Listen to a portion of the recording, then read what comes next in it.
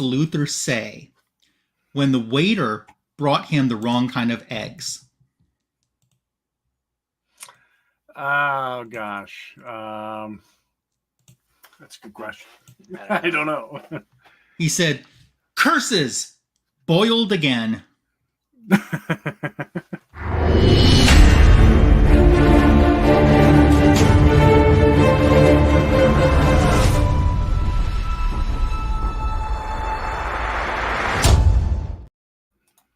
Welcome to the greatest DC comic show on YouTube. This is called Fanboys Live in the Retro Review. I am called the Magic Lasso. What are you called? What are you called? There you are. I'm Comic Fu. How's it going, everyone? And what are you called? I'm the Signature King. And the Signature King. I'm sure you know your name. Harley Quinn. Yeah, no. Harley Quinn fan.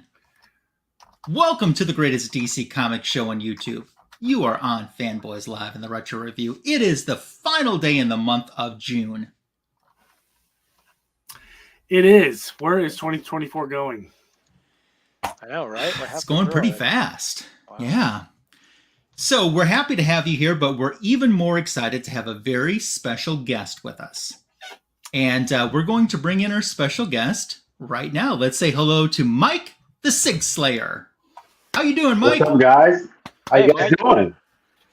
Doing great. It's nice to have you on the show tonight. It's a pleasure to be here, man. What's up, Tony? How you doing, brother? What's up, dude? Good to see you. This is an honor, man. Let's do it. That's awesome. So for those that aren't familiar with you, Mike, and your channel, which incidentally, I did leave a link for your channel in the description to this video. So if you're not subbed up, this is a growing new channel. So please sub up. I am a new subscriber to the channel as well. Just FYI on that. But please help build our community. I have watched your content and happy to have you on. Tell us about yourself, your passion for the comics, and your YouTube channel. Oh, man. Well, I'll start with myself. I've been in the comics for years. There's the reading aspect of the comics, and then there's the convention experience, you know, where you get immersed meeting the different talent, and then it just takes the fandom to a whole other level. So I've been a part of the convention scene, I would say, since the turn of the century, the 2000s, and interacting and meeting different artists and creators. It's been fun. And so I've been, I believe, one of the premier DC, I like to say, signature guys in the whole land, because, you know, I got so many rare finds when it comes to the signature world. But then when you go to the Sig Slayer station, it's kind of an expanded experience of kind of like, you know, how we were brought up in the whole convention world and interacting. And so getting to know the creators, how they got into the business, you know, because there's no one solid way, foolproof way to get in the comic book industry. So we talk about that. And then also, Tony has been a frequent flyer on the show, and it's all about the Sigs, man. And so the Signature King and the Sig Slayer, we have these, I like to call them stash wars, but they're all peaceful. It's just about showing what we have, and we throw out a theme, and then we kind of encourage one another. So it's just a way for people like us, you know, signature chasers to get to know the people that make the books, and also just things, events coming up, or just different do's and don'ts when trying to collect signatures and stuff like that. So there's not really a big space for signatures, and so I like to occupy that. Very nice. And Sig Slayer Station. Yeah. Who is your favorite superhero of all time? Woo, okay, superhero, I gotta say Batman. It's caveat. My favorite run in all superhero comics is Green Lantern by Jeff Johns. But my favorite, Batman, to me, the way he's set up and the way people have, you know, passed the torch down throughout the 80 plus years of his creation, I think his character premise is pretty solid. But Green Lantern by Jeff Johns all the way. Do you have signed Green Lantern comic or comic books in your collection? I have every single Green Lantern issue signed by Jeff Johns. Every single one that he did, including Rebirth, Blackest Night, and I would say about 70 to 80% of them are also signed by the artist. And so, yeah, that's a big project that I've been working on over the course of the year. So I'm all I have every single issue signed by Jeff. Now I'm just working on his collaborators on the GL stuff. But then I also have, I'm meeting Daryl Banks later this year, but I met Ron Mars. So I also have earlier Green Lantern work, but I'm really obsessed with the Jeff Johns stuff. Do you have signed Shazam comic books in your collection? Signed Shazam comic books. I have some of the Mark Waid stuff, the more recent stuff. I don't have like the old school stuff like Tony has. No. Okay. Final question. Do you have signed Wonder Woman comic books? Oh, absolutely, man. I got George Perez, the classic George Perez, #1 signed by George. I also have Jim Lee covers, Wonder Woman Jim Lee covers signed by Jim Lee. I also have some Jenny Friesen Wonder Woman covers signed by Jenny. Well, then wonderful. You have answered correctly to proceed to the next step. But it is great to have you on the show today and to learn more about you. And you picked our retro review theme tonight, which we'll talk about in a little bit. But first, I want to salute some awesome folks that are joining us in the live chat. If you're watching on the rewind, thank you for joining us as well. Hello to First in Entropy in Comics. How are you doing? Great to have you standing by. We have Carlito Classico with us, giving us our first, but hopefully not last, thumbs up on this video. Then our good friend I Collect a Lot is joining us too. And Carlito, thank you so much for subbing up Mike. I'm sure he appreciates it as well. Yeah, and Carlito also saying that he purchased an Identity Crisis #3 signed by Michael Turner. That's a great pickup. Yeah. That's awesome. I have the Identity Crisis #1 signed by Turner. And I just met Rax Morales in Philly earlier this year. So I got the Identity Crisis #1 signed, double signed now. Very cool. Actually, triple. Brad Meltzer, Turner, and Rax now. Oh, I did get a note in the private chat here. You did not, it said, Ryan, you did not ask if he has signed Harley Quinn comics. I have the first appearance of Harley Quinn signed by Bruce Timm and Paul Dini. Okay, wonderful. That is the correct answer. You can still proceed to the next step. So wonderful. Have you thought of having Tony sign any of those Harley comics? No. He knows I would never do nothing like that. I am trying to get Tony to sign something for me, but he keeps refusing to do it. And I don't understand why. I just want a blank check signed. Don't we both? Both?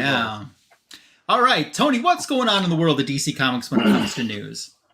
Oh boy, news. It was pretty quiet the last couple of days. The only big one that kind of got everyone excited was Chris Pratt. Not only was he spotted on the set of the new Superman movie, but James Gunn tweeted a picture of him being on the set. So it was no secret. I don't think he was there for any kind of special role or anything. He was just there. He's probably negotiating that future role. Yeah, I'm sure. But he was there to observe. To observe. Okay. Observe.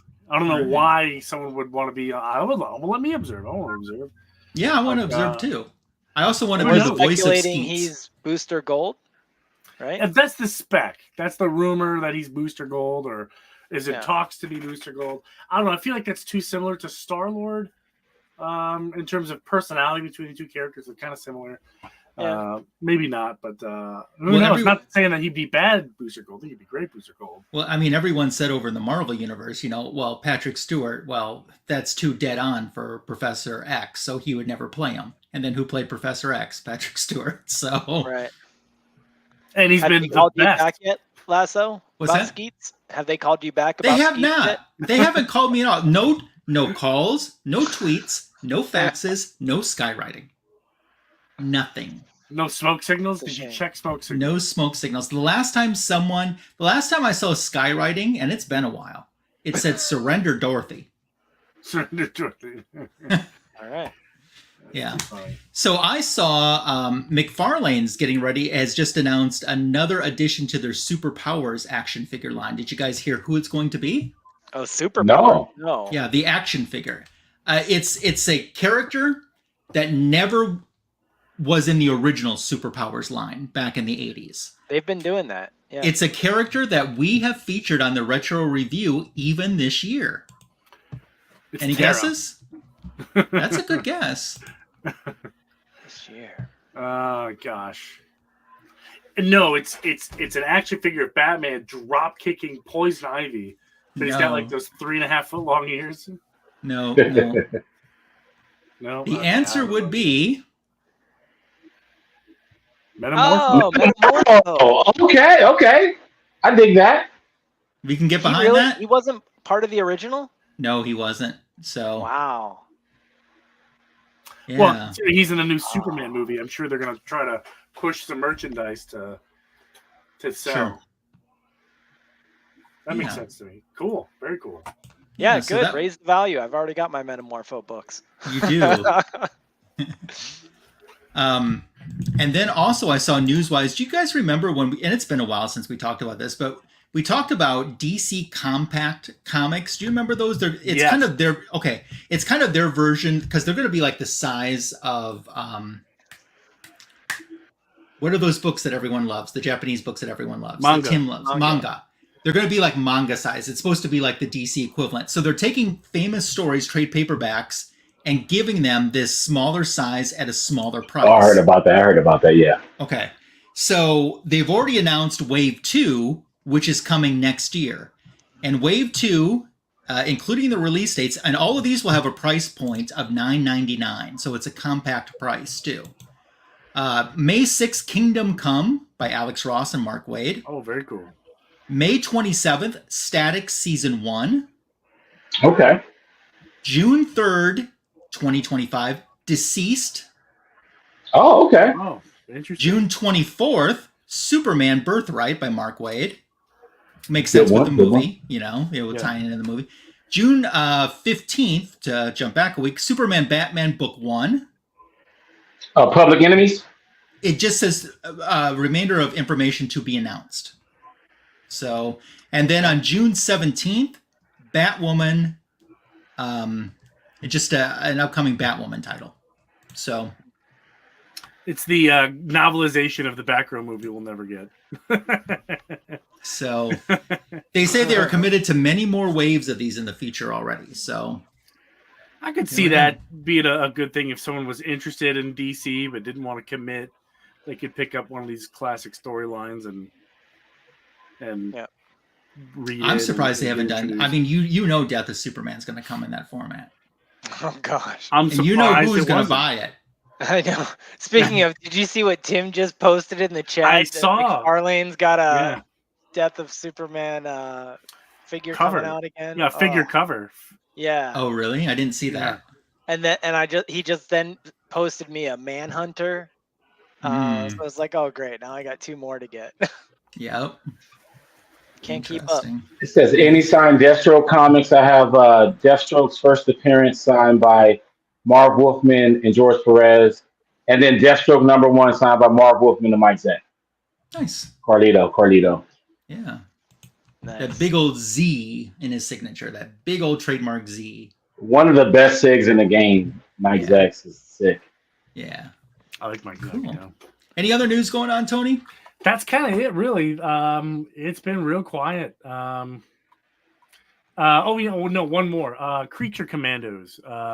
Apparently, whoever is going to be portraying the live action creature, and it doesn't say what character in the Creature Commandos, but they're going to be introduced in Peacemaker Season 2. It just says Creature Commandos coming Season 2 in Peacemaker. So that's cool. I can't wait. Yeah, that's cool. I'm not really into the animated TV shows, but live action, I'll gobble it up. So let's do it. I'm sold. Nice. So as we segue into our retro reviews segment, we let our special guests, as we always do. Well, most of the time do. Once in a blue moon, I say this is the topic, and I make someone come on the show. But tonight we let Mike the Sig Slayer appropriately pick our retro review, which is signed comic books. So we're going to take a comic book from our personal collection that we all have that is signed, and do a retro review based on that. I also thought it would be fun if there is, and in some cases there might not be, But if there is a reason why you had that comic book signed, it would be fun to share that in the introduction too when we take off with that. Let me ask Mike a quick question first before we get started. And Fu, if it's okay with you, I think I'm going to have you do the first retro review tonight, if that's okay. Sure. But Mike, I know you obviously have mentioned already that you collect the signatures from the creative teams on the comic book. Do you also, or would you also collect signatures on a comic book of an actor or actress that has portrayed that character? Man, that question, I get that question a lot. Okay, so I've seen some catastrophe guys. So I've seen like people get like, let's say Batman 232, right? The first appearance of Ra's al Ghul. I've seen Val Kilmer SIGs on that on eBay. Okay, like that is not okay, guys. Or let's just say if it's like a major first appearance, like a Silver Age first appearance, I think it's a travesty to have an actor and actress sign that, right? Like, for example, I think Uma Thurman played Poison Ivy once upon a time. Now, would anyone want her to sign that Batman 181? I don't know, man. That would be wild to me. I'd have her sign the one where Batman's drop kicking her in the face. That's a good one. But okay, so rule of thumb for me, for example, I'm a big Mandalorian fan. If their image is on a cover, like the photo kind of covers, there's Smallville stuff, there's the Flash variants, there's Green Arrow variants, stuff like that. Where if I was to meet Stephen Amell, I would go after one of those variants. They're very inexpensive, so I would go for that because it has the actor's image on it and it matches it. But if we're talking about comic books, like Margot Robbie on Batman Adventures 12, that's a catastrophe. Cut to me. Agree. Catastrophe. It's really funny. We're talking about catastrophes, and I get put on the big screen. We were talking about Harley Quinn. You got to put, and you're wearing purple. We got to put on the big screen. That's true. All okay, right, let me play devil's advocate with you, Mike, for a second. Okay. Okay. Yeah. Because there weren't photo covers around in the day. What if it's Christopher Reeve on a Superman comic book? Yes. Let me give you two situations. What if it's Christopher Reeve on a Superman comic book at the time that the Superman movies were out? Or what if it's Christopher Reeve on a Golden Age Superman comic when he wasn't even alive? Probably when that book came out. Okay, so Christopher Reeve's iconic Superman, right? Not the first live action Superman, but probably the most iconic, right? Sure. I would say this. Okay, let me see. Let me get my OCD to try to get, conjugate this for a second. And also, I will say it very well could be a different rule if they've passed away. Right. But if I was to go with Christopher Reeve, because back in the day in the 80s, there's a lot of Superman like promos, like little things on the side of the cover. I would go for one of those. Like trying to get anything with a Superman movie promo, because there's a lot of those in the early 80s and the late 70s, especially with the DC Direct series. There's a lot of those. So I would probably go with something like that. I mean, it's hard. I'm pretty sure there's some movie adaptation somewhere that we probably not knowing about. I'll probably go with that. What about my book show last week? I had the treasury side. Yeah. He showed one of the Chris Reeves treasuries. So, but yeah. I mean, the question is, did he sign any of them? Maybe not. I don't know. I mean, back then those actors didn't go. First of all, there weren't as many conventions. And secondly, they didn't go like they do now. Now it's a business money-making opportunity, but it wasn't then. So. But I would. If I would gamble, if there's somewhere, because think about it, he passed away in the early 2000s or late 90s, I can't remember. But I would put out there, somebody somewhere has something. Like I will always believe that. It might not be in your budget. Do exist. woolly mammoths do exist somewhere. You just got to go to the right neighborhood. But it might not be in your budget. Now that's true. That's completely different. That wasn't part of See, the we question. talk about Christopher Reeves, and look who shows up. All right. It's our friend Glenn. Hey, Glenn. Glenn, I hope you really enjoy what I'm doing for the Retro Review tonight, because I was thinking about you today when I picked my title. All right, so I guess we will segue into the Retro Review. And before I bring up the book, Fu, you're going to go first. Tell us about this. Is there any reason you have this book in your collection signed? Yes. Okay, tell us. So this is my Batman 640. Yeah. With Superman. You can see it's double signed. It's Ooh. got the cover artist Matt Wagner, and then Awesome. So yeah, so the reason I have this signed is because I'm a huge Matt Wagner fan. I absolutely, you guys know this. I love Grendel, and he, of course, is the creator of Grendel. So I try to pick up anything Matt Wagner I can, and this is such a cool book to begin with, and then getting it signed. It's a neat cover.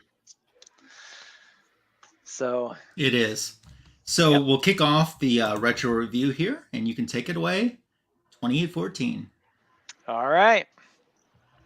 So we start off here with Gotham City. It's a world unto itself, a corner where light sometimes seems afraid to shine, and recent events have seen it fall into an even deeper shadow, and with a black heart manning its helm.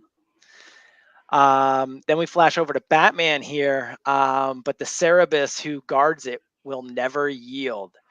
Despite that fact, uncertainty weighs heavy upon him. He senses great unrest. So we've got Batman kind of stressed out. Gotham is being taken over, and then we flash over to I believe her name is Onyx, and the Red Hood, and he's kind of standing over her, saying, in order to be haunted, you need a ghost, and ghosts come from the dead.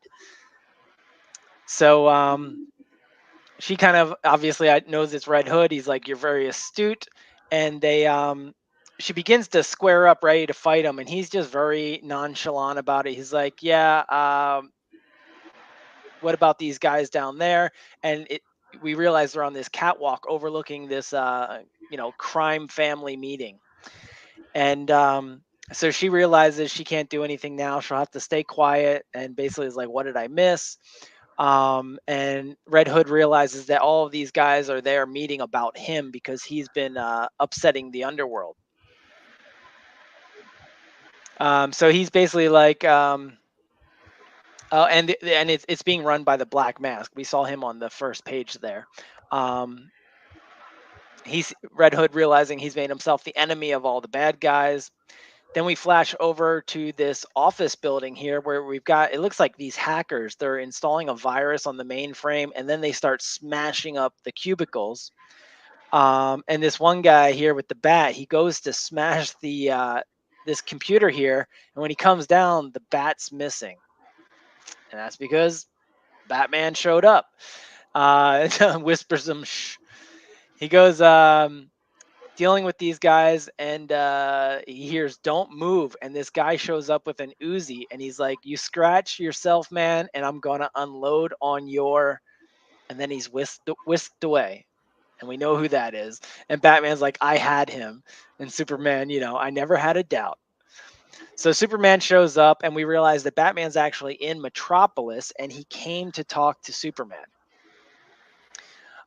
Superman kind of makes a joke at first, and Batman's like, no, I really need to talk. And that's when he's like, all right, I get it. Let's talk. So they go walking off. We flash back to Red Hood, and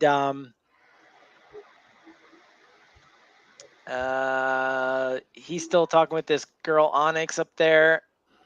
And then he says, yeah, are you ready to take these guys down? And she's like surprised. She's like, what?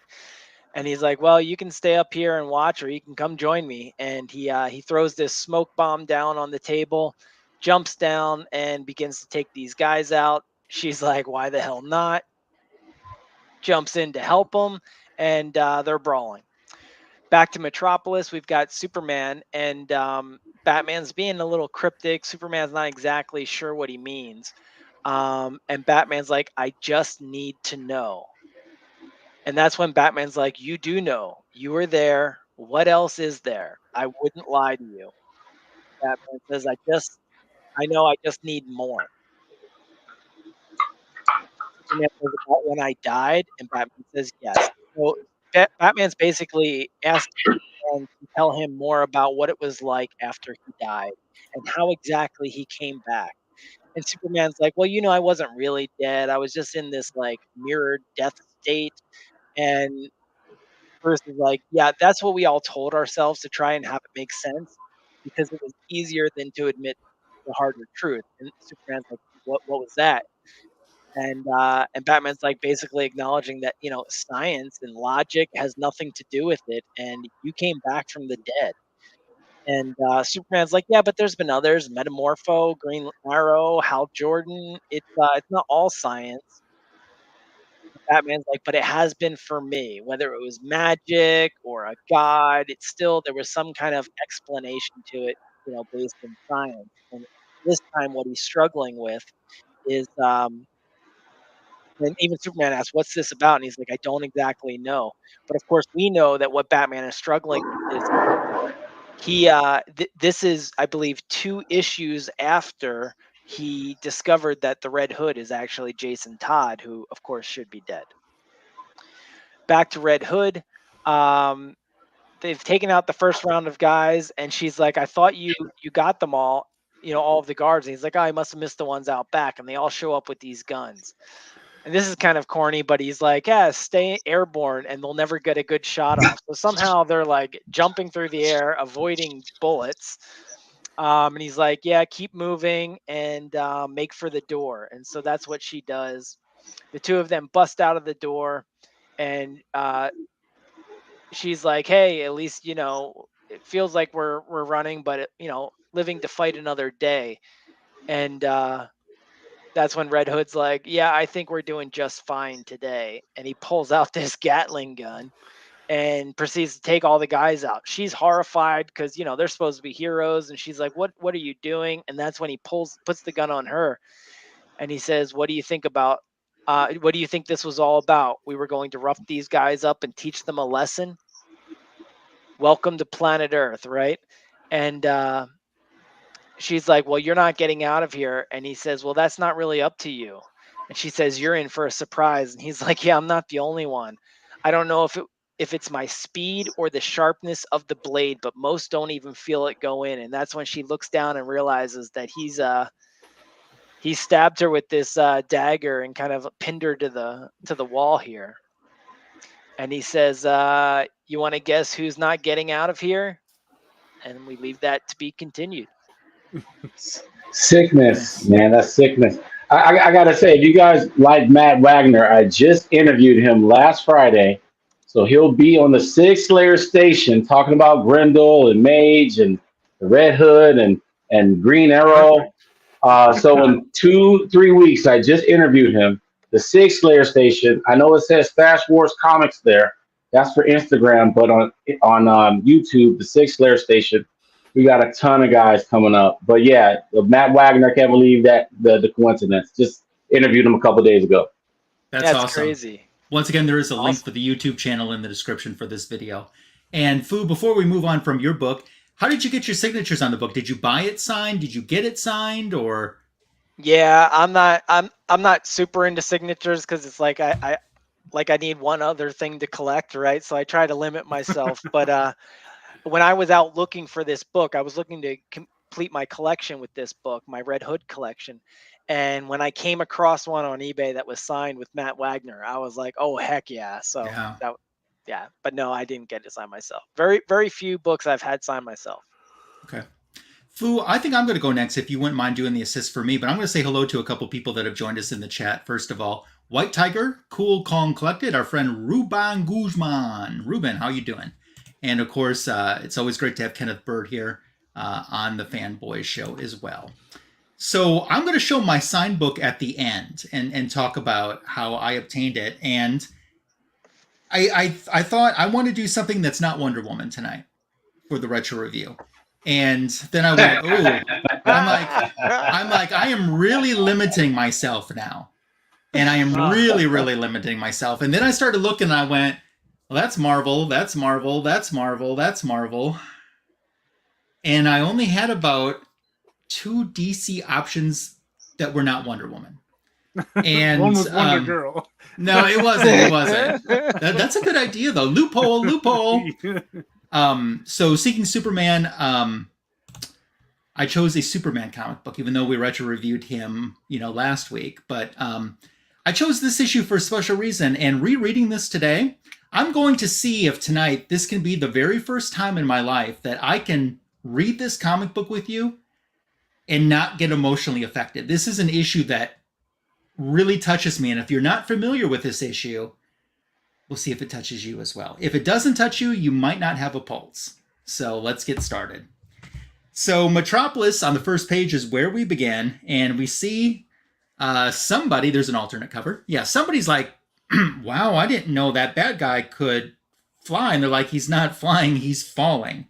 And we realize that Superman is taking on the Demolition Team. And he's... he's like, you might as well give up. I've got you. And they're like, we're not scared of you, Superman. Isn't that right, Steamroller? And there comes Steamroller. How Superman didn't hear him coming with his super hearing, I don't know. But literally, Steamroller lives up to the name and rolls right over his ass. And Superman gets up and takes care of it there in a minute. And we have more of the Demolition Team coming at Superman. That dude right there rams himself right into the chest. And Superman's like, yeah, that's gotta hurt. And then the one coming up behind him, starting firing on him, Superman's like, oh, that actually feels pretty good. Could you move a little to the right? I got a knot under my shoulder blade that could use some attention. And they're sick of him. They think that they got him. And we've got this Rosie the Riveter type woman, which Superman even calls her Rosie.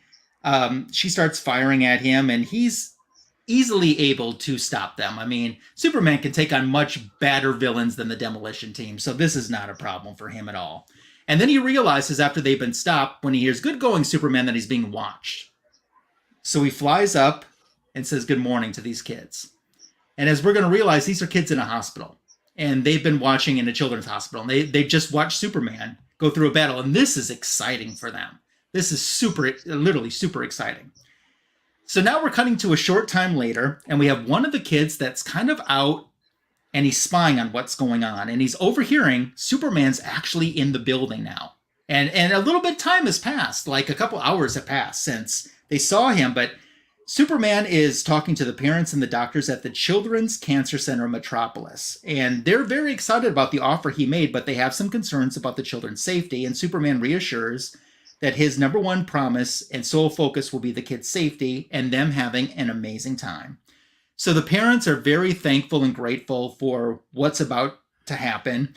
And this kid takes off in his wheelchair. He's going to tell his friends, oh my God, you're not going to believe it. Superman is here. And that's what he's telling them. We find out his name is Latif.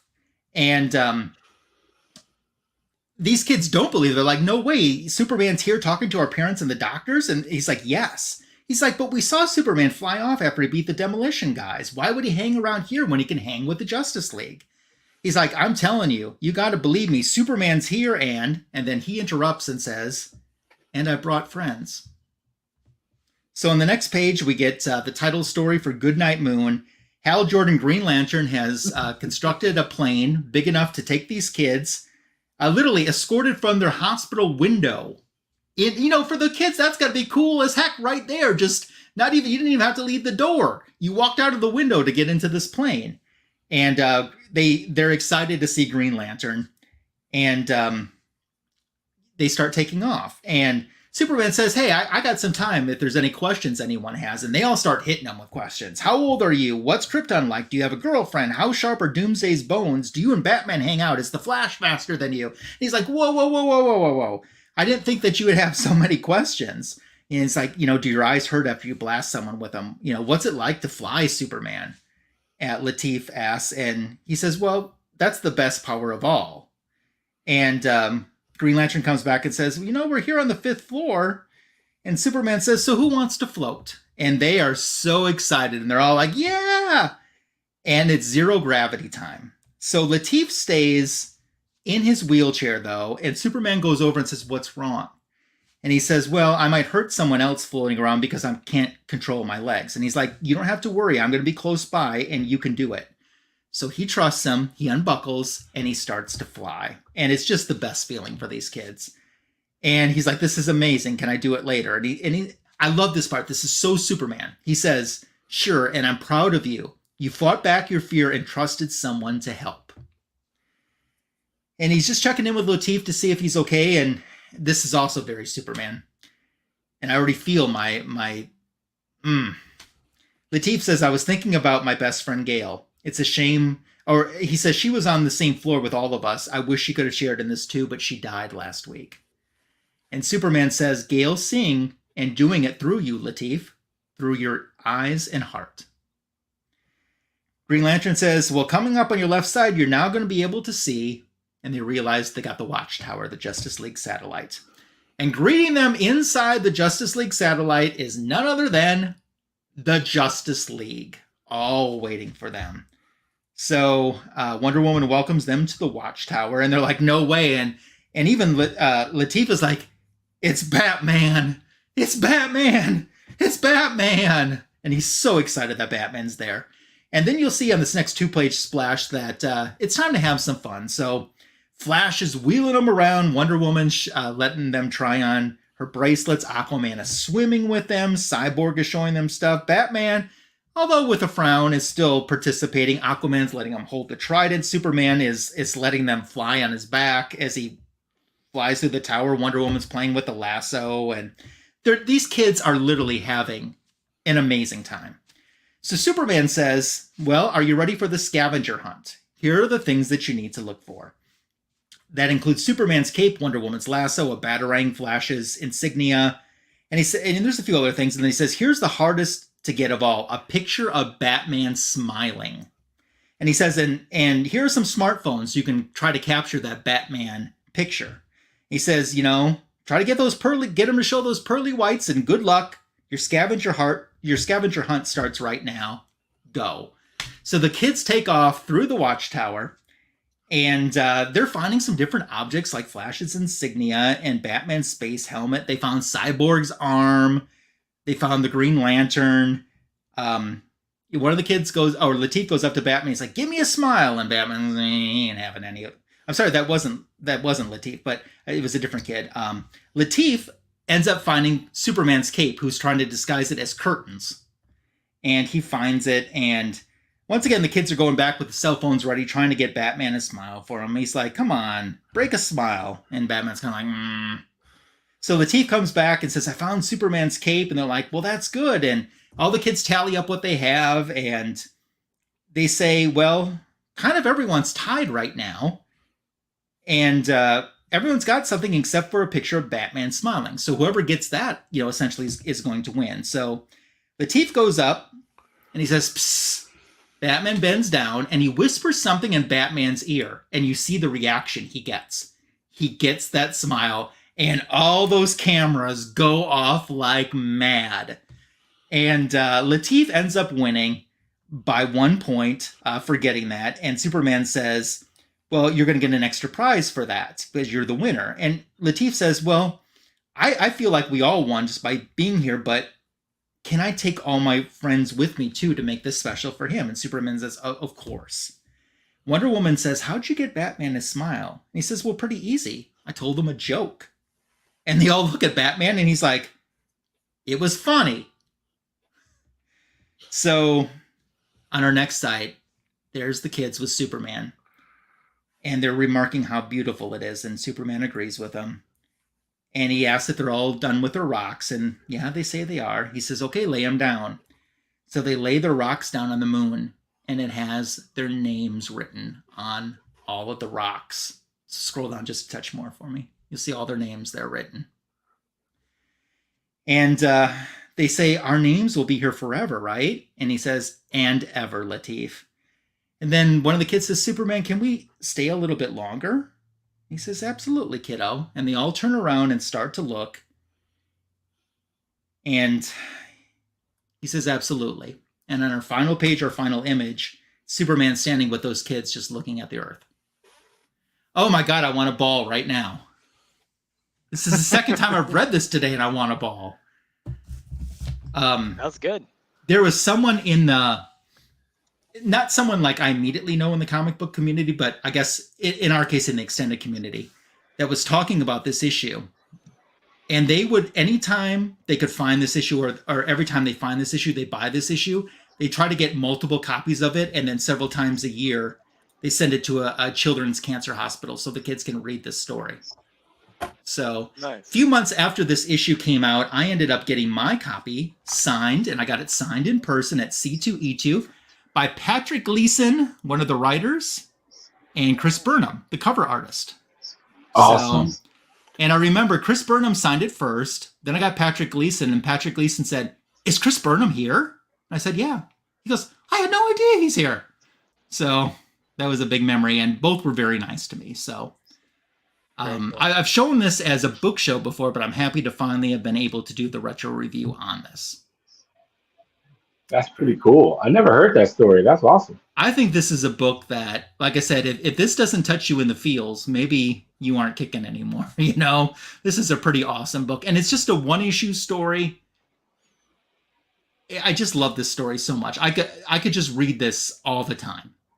So, Very cool. Mike, why don't we have you go next? But first, I want to say hi to some folks who've joined us in the chat while I was retro reviewing.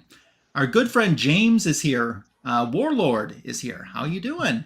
Hey, James. Then we have my friend and our friend, Dave, Mark Spector Comics. Great to have you stopping by. And that crazy Ivan. He's nuts. Hey, Ivan. He's crazier than he's nuttier than a planter's factory. He's here. So, Mike, I have no idea what book you're retro reviewing. Okay, well, Tony hit me up and said, "Hey, show a signed book and talk about it. Give us an option." So this is not the signed book. I have it right there, but I figured I was like, okay, I'm going to see Tony in Baltimore, so I guess I'll pull out one of my favorite books I'm going to bring to Baltimore Comic Con. I'll bring that right now, but it's from this graphic novel, Batman and Robin, #1, Volume 1. And to me, there's no Batman and Robin in the 2000s. If you're not talking about Dick Grayson and Damian Wayne, they are Batman and Robin. I know, Dick Grayson is Nightwing again, but the best Batman and Robin stories came from this run. Yes, I'm glad you pulled it up. And so I was going to do the graphic novel, right? And then you can roll with me. But yeah, this is my favorite era of reading comics. The 2000s from, I'll say, 02 to pretty much like the New 52, beginning of New 52. I just love the creativity that came out of that. Peter Tomasi, Jeff Johns, Grant Morrison. The list goes on and on. Basically, the team that wrote the original 52 were the cornerstones of the DC comics during this era. And so this is during a time where Batman is presumed dead, right? No one knows where he's at. This is after Final Crisis and after Battle of the Cowl. So this era was, all the Bat family were kind of going up the ranks to see who was going to replace Bruce Wayne as Batman. And as the dust settled, it became Damian and Dick. And so the first page starts off with these weird creatures. And this is what I love about Grant Morrison's run. He always just threw you in to the action. And so you got this frog character and a guy saying no. They've had to be Batman, and Batman as dead as the sky is black. Well, gentlemen, please, safety first. So we don't know what's going on, but from an artistic standpoint, I really dig the lettering. And then you got the splash page where you see the new Batmobile for the first time. So during Batman R.I.P., Batman was showing plans of a new Batmobile, and you finally see it revealed, this flying Batmobile on this double page with, I think, Dick driving, but Damian wants to drive. He always wants to drive. I told you it could work. All I had to do was adapt my father's blueprints. I'm sorry I ever doubted you, Damian. Batmobile locked to target, disabled. And so you're seeing this very cool Frank Quigley splash page of this new Batmobile, being put to work. And then you got this frog guy. Yes. Who are these frog people and why are they in Gotham? And as you see, the Batmobile is able to pick up cars and splish. What I love about the lettering there too, you got the lettering that's actual part of the art. Ignorant jostlers. This had better be worth it. Pig had better be pleased. And then boom, you see Batman and Robin hit him on top of the head with them bones, them dominoes. I love this. You're a slippery customer, heavy too, so talk fast. So they're still using Batman tactics by scaring the criminals upside down. You wait till Pig comes. You all wish you've never been born. I love this. Take me back to this era. It's Frank Quigley's work. Now we're back in the Batcave. Second thoughts, Master Richards? No, I've always known what I do if anything happened to Bruce. So here on this page, you're seeing Nightwing still struggling with the reality of no Bruce Wayne as Batman and talking to Alfred, who's alive here, who's not alive in the current Batman. And then we see Thomas and Martha Wayne's headstone. And this is actually the same depiction from Blackest Night, where you got the winged headstone. Master Bruce was always proud of you, sir. I know he'd be especially proud of you of now. Now we have this, I think they call it the Belfry, where they were underneath one of the Wayne Towers. Hey, Alfred, turns out dominoes are also known as bones. I bet you knew that, right? And then scrolling on to the next page where you see Damian.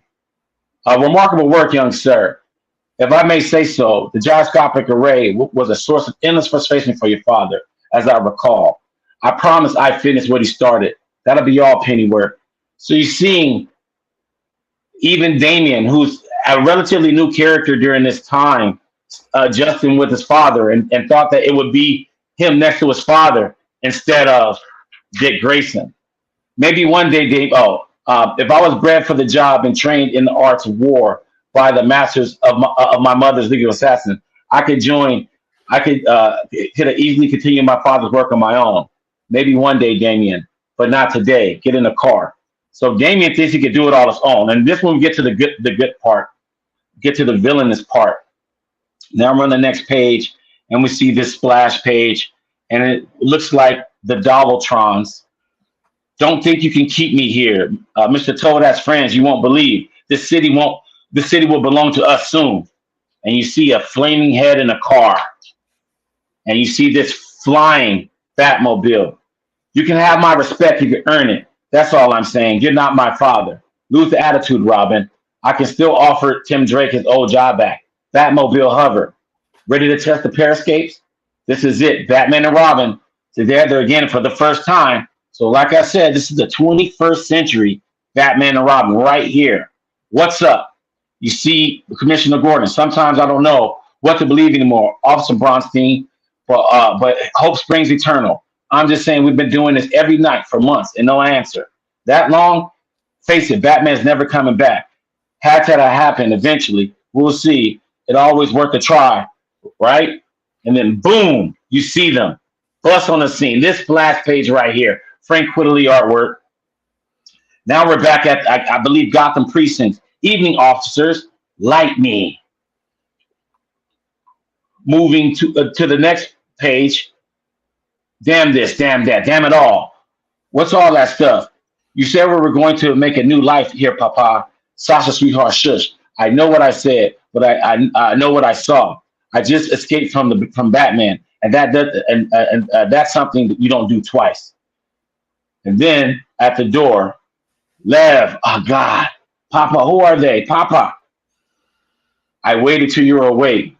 I want you to know and feel every moment of your gorgeous transformation, Nico. Strange how the worst place in the world can be anywhere. That's my favorite line in this whole book.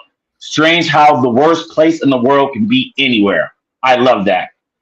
Even the safe, normal world you knew can become a chamber of horror. Ugly, ugly Nico. Scrolling down, but pain is the beginning of perfection. You have been a bad man, Nico, but that's all over now. Pig will make you perfect. And then the last page. And then your daughter. In fact, you'll help me with her.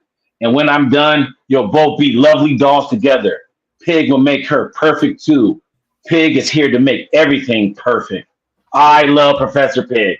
And so that's why I chose this. So I was like, what could be the coolest book that I'm bringing to Baltimore? And it has to be this, Batman and Robin #1, the variant cover, already signed by Grant Morrison from 2017. Then we have Frank Quietly. That was this year in Lake Como, Italy, back in May.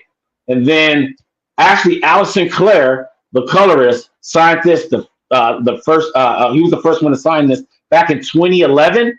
And I'm bringing this to Baltimore for J.G. Jones, the cover artist, to sign this, and this will be put to bed. So thank you guys for letting me share this. Yeah, very nice. Great. Very cool. Well, Mr. Tony, what Harley story do you have for us? Oh man, there was just so many good ones. I couldn't figure out which one to do. So I went with the old classic, Power of Shazam. And first, I'll say hello real quickly and meow to the Jackson Roy card. Meow. So I use this website real quick to view the comics, to present them to you so we can all enjoy the great artwork and these fantastic stories. So just by chance, looking at this now, just pull it up here.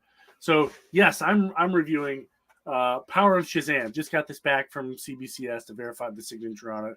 The wonderfully talented Jerry Ordway signed this for me, and he's one of my all-time favorite people. So looking at this book, here someone uploaded it. It is also signed by Jerry Ordway out here in the corner. That's so cool. To keep it the that's theme appropriate. Of yeah, that is very appropriate. So is that for Josh? Yep, somebody named Josh. So okay, hats off to you, Josh. Enjoy the book. So this one, he wasn't quite. He was the Power of Shazam, but he was still going by Captain Marvel at this point. So for those of you who are in the know. So we are here at, let me zoom in just a hair here so you can see some of this stuff. So we're here outside WHIZ, Wiz, for Wiz Comics, but now it's the radio station. And they're giving a press conference. And this guy, I got to love some of the old 90s campy stuff in here. He's holding a detonator, right? And on the detonator, it says detonate. And has a button pointing, as an arrow pointing to the button. The only button on the board, as if you were confused about which one was the detonator, it's this one. There's an arrow pointing into it. So anyway, some guys here to blow up somebody at the Wayne Tech Fawcett City branch, planning to do some evil. So sure enough, as soon as he gets the opportunity, he's here, and then he pulls kaboom. And metal goes flying everywhere. And, here comes Captain Marvel. And the gentleman he rescues says, holy moly. And Shazam says, actually, the name's Captain Marvel. So the big red cheese himself. He's able to bring everybody to safety, confront the bad guy, and head into the building and start pulling out survivors. So, and he's able to direct emergency services, which is very helpful into getting everyone where they need to go. Look, he's even have time to dust himself off. I'm cutting some of the less stuff out here. So we go to Uncle Shazam. For the life of me, I can't remember his name. That character they don't use anymore. So this guy is talking about, the incident downtown, and Uncle Shazam is like thinking like, oh, there's no way Billy's on top of that. And to make things even more complicated, Billy Batson is yet again late for school. As if he didn't have enough problems in the world. So he goes to school. There's a problem with his attendance. Uncle is there to kind of hopefully settle things down, but unfortunately they're not able to. So we cut to the bad guy, and he's like, "Look, everything went great. I hit the detonate button. Give me my money." And sure enough, he's able to get some cash. And then we cut to here, a gentleman talking about the explosion. How'd it go? Were we able to succeed? Kind of leaving us on a cliffhanger. School is out, and Shazam is able to run home and beat Mr. Dudley to the TV, watching the news. And turns out that there's another thing happening downtown that needs Shazam's attention. So he goes outside, transforms, and is able to be on site. So we cut to the ballroom. And this is a weird panel. So when you're Shazam, you are stuck in the suit. If anyone who's seen the movie or read the books, you are stuck in the suit. But he had to disguise himself. So he kind of put, Superman-esque. The suit is underneath the blazer, so to speak. So taking a page out of Superman's book, he's interrupted by a very attractive gal. And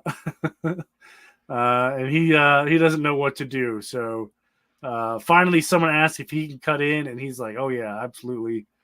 And then he's following this lady. And then it turns out, that was the wizard trying to get in touch with Shazam, kind of like a Matrix-esque, follow the white rabbit, so to speak. So he follows the lady, and it turns out, it was all a trap. And he kind of ends up in inside the hotel room, and it's on fire. And that paper that he was holding kind of, for whatever reason, it was enchanted and took his power. So he can't turn into Shazam. So, and that is the end of issue 1. So where did you get your book signed at? Baltimore Comic-Con in it was the last one. It was the first one after COVID. So I don't know what 2021, 2022, something like that. So all 4 of these books are, yes, they are. So Jerry Ordway is the man. I also have this from Mr. Ordway. And this is issue 20. The cover of issue 20, it's a print, but I made him sign it for me because, of course. So I love that cover. This one? It's a great cover. Yeah. Shazam and Batman never team up enough. I don't have a Jerry Ordway signature. I would like something either on an All-Star Squadron, maybe, or he did Infinity Inc. too, right? Yes, I have him sign my Infinity Inc. books as well. Nice. Well, what did we think about all the stories tonight? I know Glenn liked what we did here. I thought we had really good stories tonight. Yeah, these are all good. Oh, yeah. I dug it. Yeah. Very cool. Okay, so Mike, did Tony tell you about the book show portion? Book show portion meaning? The show Which is what we're about to do, the show and tell portion, the book show portion here on the... Yeah. That's what we're getting ready to do. A few of us will go first so you get the general gist of it, okay? We'll start with Comic Food 2014. If you have anything going on in your channel or anyone else's channel that you would like to promote, you could do that now, or a book show. All right. Well, I just have a book show tonight, but I thought this was a cool cover and very fitting for the book I brought tonight. Yeah. So oh, wow. Here is the Batman 638. Yeah, 638. Yeah. Where he's taking the mask off, and it's kind of hard to tell, but you can see Jason Todd's reflection in the mask. Love that. And I love that it's got the word bubbles too, because he's like, no, it can't be, not you. Yeah. So cool. Yeah, that's awesome. So, Tony, what's going on in your channel, and what do you have for book show? For book show, I and this is going to tie into what's coming up on my channel. I was recently at a local con, Hershey Comic Con, where I met the always a pleasure to do with Mr. Mark Wade, and he signed this. Very nice. Oh, that's cool. 1 in 50. 1 in 50 cover. Covered by Ariel Cologne. So I've got a stack of books here. I'm going to do a quick video and show what's coming up on my channel. So that'll come out this week. So stay tuned. Very nice. So with my channel, it's, what you come to expect. We have the back issue of the week YouTube short that's already up on my channel. This past Tuesday, I did a video called The Quest for Cheetah. And I showed some comic books that tied into the villainous Cheetah. And then I was trying to unbag a Cheetah Ushi Pop Top. And you'll see if I was successful or not in that video. So that's on my channel already. Coming up will be a new back issue of the week YouTube short dropping tomorrow morning. It is a Bronze Age DC comic book, which is a first appearance of the title character. So that is tomorrow morning dropping, just a little hint. And then my comic book editions video this week is volume 199.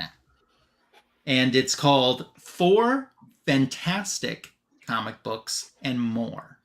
So you can take a guess of what other companies' books I'm showing in that video. Section 8. He's doing a Section 8 video. Yeah, something like that.